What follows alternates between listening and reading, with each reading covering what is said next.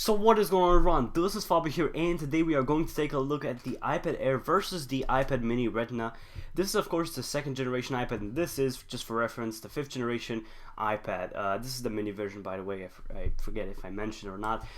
Today we are going to talk about the design, the specs, and which one is better for you, basically. So talking about the design first. Basically, they're the same. We are going to take the iPad Mini just to sort of give you guys a tour of the design, but the iPad Mini or the iPad Air is the same, it's just a little bit bigger. Over here on the iPad Mini we have an 8-inch display, while on the iPad Air we have a 10-inch display. On top of the screen we have a 1.2 megapixel 720p camera, and on the bottom actually we have a home button that is not Touch ID enabled. Over on the back we have the Apple logo, some information over here.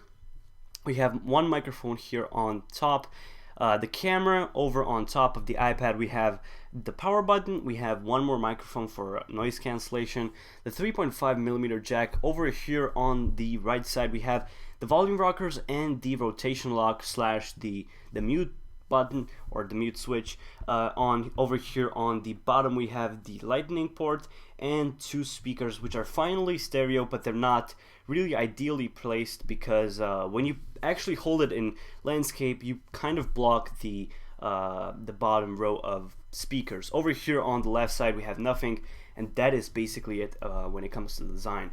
Now, talking about the specs and performance, I can definitely say that they feel about the same when it comes to just how fast they are, and in general how snappy the animations and everything is. This one has an A7 device or an A7 chip. As you can see, it's clocked in at 1.4 gigahertz, whereas this one is clocked in at 1.3 gigahertz. They both have 1 gigabyte of RAM and a Power SG or Power 600 series graphics card, which is plenty fast for today's games. And you know, in Geekbench, for example, this one scores about 2,690, whereas this one scores in at about 200 or 2,500. So the difference between these two is not huge, or it's not anything to write articles about. It's just this one has a 100 megahertz slower chip, but other than that they're basically the same. So when it comes to games and everything is going to run exceptionally well on these devices, and I don't think it's going to be something of a concern in the future because they have plenty of power to run games, and apps are going to be released this year and next year.